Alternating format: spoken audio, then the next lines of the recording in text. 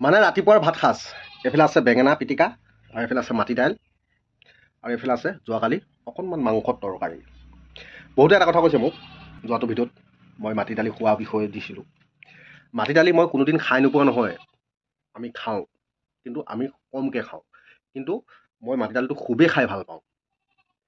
আৰু এটা কথা কি, আপোনালোকে যে ইমান বেয়া বেয়া শব্দবিলাক লিখি পেলানি নিজকে নিজে কি বহুত ডাঙৰ মানুহ বা ভাল মানুহ বুলি মানে স্বীকৃতি দিয়ে নেকি মোক? শ্ৰীৰাম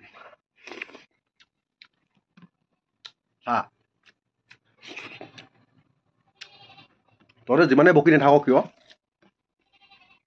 বা আপোনালোকে যিমানে বকি নাথাকক কিয়, মই যিমানে মানুহ মই সিমানটো থাকিম, যিমানেই নকওক।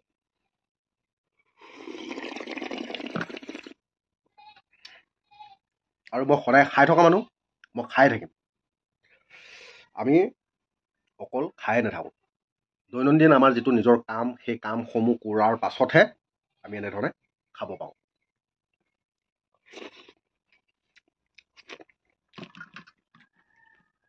আমাৰ কোনোবা এজন এনেকুৱা নাই খুজি আনি আমি খাম। আমি কৰিব লাগিব কাম, তেতিয়াহে খাবলৈ পাওঁ।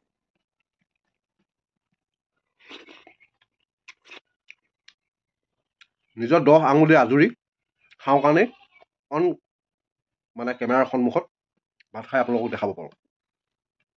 কিহে খাইছোঁ আৰু কেনেকৈ খাম সকলোখিনি দেখাম। কাৰোবাৰ হয়তো মাক বাপেকৰ ইনকাম খাই পেলানি দামী দামী মোবাইল লৈ পেলানি ফৰফৰণি মাৰি থাকোঁ তহঁতে। যদি দম আছে, মই ক'লো না, মোৰ লিখাকে এনেধৰণে ভিডিঅ'বিলাক বনাই দেখুওৱা।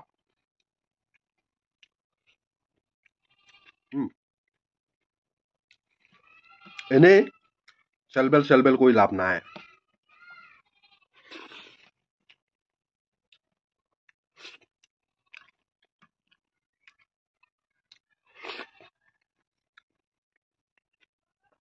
দেখিছ, ভঙা বজাত থাকিব পাৰোঁ, কিন্তু বিন্দাছ থাকোঁ,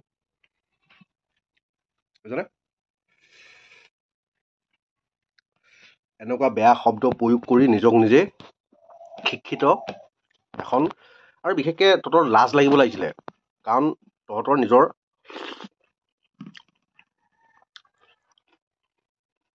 চিনাকিটো দিবলৈ কলিজাকণত দম নাই। ফেক একাউণ্টটো খুলি লৈ মানুহক বেয়াকৈ কৈ কি চখ পাওঁ মই নাজানো,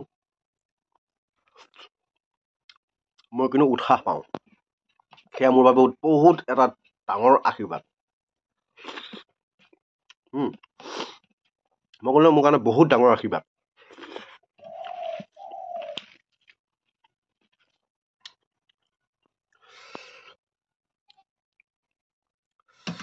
যি গাওঁ গাই থাক, তহঁতে গাই ভাল পাওঁ, মই কৰি এনেকৈ দেখুৱাই ভাল পাওঁ।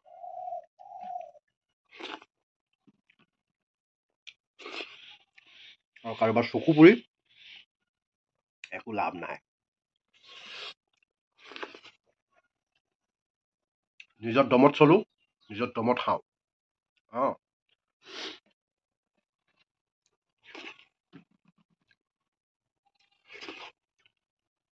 সেইডাল ঘৰ উভি থৈছোঁ, দেখিছ ন? মোক ভাল পোৱা ৰাইজসকলৰ মৰম পালে হয়তো মই সেই ঘৰটো আৰম্ভ কৰিম আকৌ। মৰম দিছে, যথেষ্ট মৰম দিছে মোক। আৰু এটা কথা কি, ভুকিয়ে থাকিবি, देखते रह जाओगे, लेकिन हम पीछे मरने वाला आदमी, हम लाहौर नहीं है। हम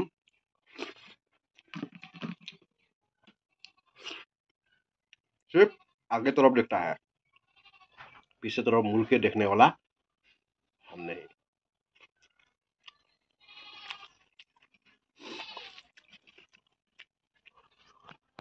খাওঁ, মোৰ মা আৰু দেউতাৰ ইনকাম নহয়, কিন্তু আমাৰ 10 আঙুলিয়ে আজুৰি ইনকামেৰেহে এসাঁজ ভাত খাওঁ।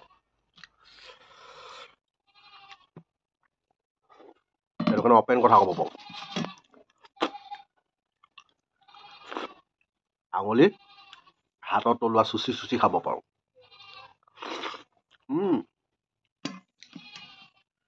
নাই বেঙেনা পুৰি খাম, নাই নিমখ ঢালি পানীত ঢালি ভাত মাখি খাম। তহঁতৰ লিখাকে কিন্তু অভদ্ৰ। তোৰ আমুকৰ লগত আমুক, তামুকৰ লগত তামুক, তোৰ মাৰহঁতৰ লগত শুই থাকিবি না মাৰহঁতৰ লগত অভদ্ৰ।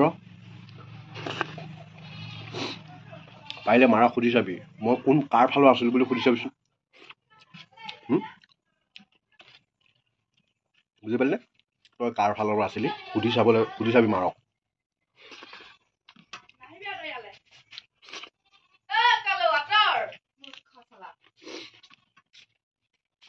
জিয়া বাক ইমান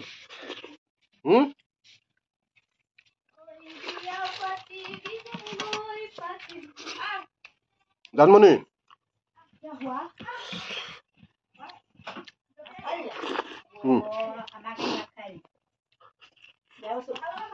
বেয়া পা ইমান দেৰি বহুত বেয়া পাইছো আপোনাক। আজিৰ পৰা আপোনাক মই কাটছি কৰিলো। কাটছি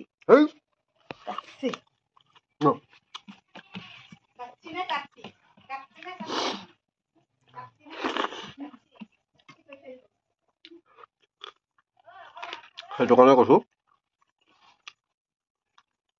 এই অভদ্ৰামী শব্দকেইটা মোৰ বাবে আশীৰ্বাদ।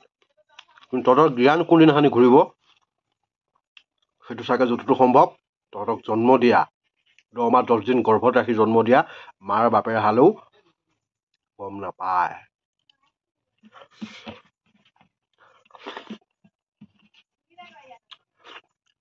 কিন্তু কোনো মাক বাপেকে নিজৰ ল'ৰা ছোৱালী বেয়া কৰোঁ বুলি ভাবি ই নকৰে। কিন্তু হ'লেও ইমান অভদ্ৰ হোৱাটো